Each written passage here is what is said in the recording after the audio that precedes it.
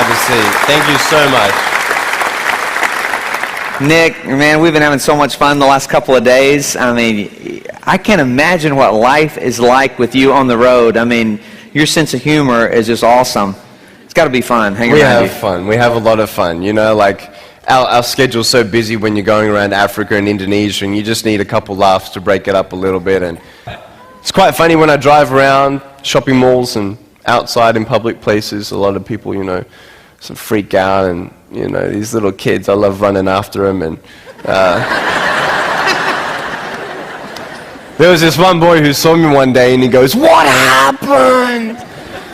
And I went up to him and I go, "Cigarettes." And love freaking kids out, man.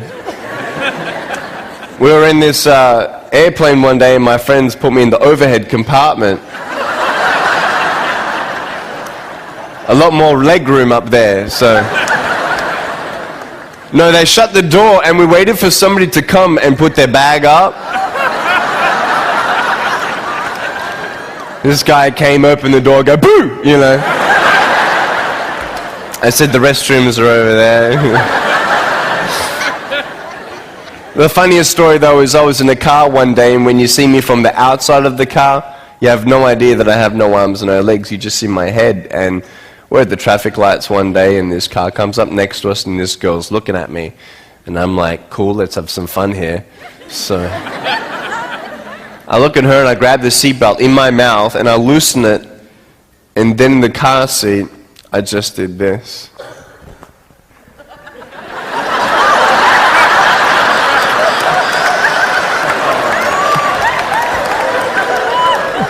She was like, I've never seen anybody so desperate for a green light in my life. It was, you know, that's a couple funny stories for you. That's awesome. Yeah, we have a lot of fun. We've been having a blast the last couple of days, but I know, Nick, when you were born without limbs, there's no medical reason for it, and your parents, I can't imagine what they felt, you know, with kids teasing you and wondering why God did this. Did you ever question God? Definitely, definitely. I went to church every Sunday and went to Sunday school and learned, you know, all the favorite Bible verses like Jeremiah chapter 29, verse 11. "For I know the plans I have for you, declares the Lord, plans to prosper you and not to harm you, plans to give you hope in a future." And I looked at that thing and I'm like, you know, other people could apply that in their life, but I couldn't. I couldn't see that hope and future. I got so angry at God. I said, "God, why'd you make me like this? Why? I mean, you may as well just have created a fish with no tail. I mean, what purpose will I ever fulfill in my life? I can't do this and I can't do that." And people teasing me and putting me down, and I just would never have thought that I would become the independent man I am today, traveling around the world and doing what we're doing. So it was very, very hard, very hard. And the purpose now is starting to come to light. And I can imagine you've gotten 2 degrees. Type what?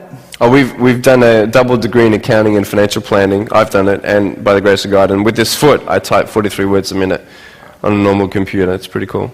That's awesome. Yeah.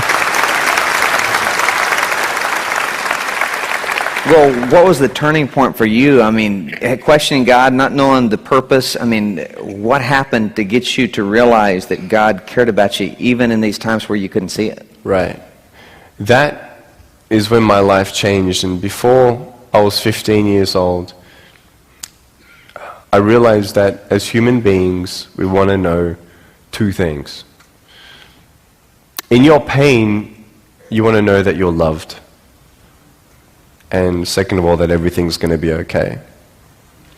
I couldn't see that anything was going to be okay.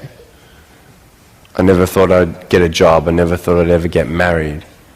I thought even if I ever did get married, I can't even hold my wife's hand.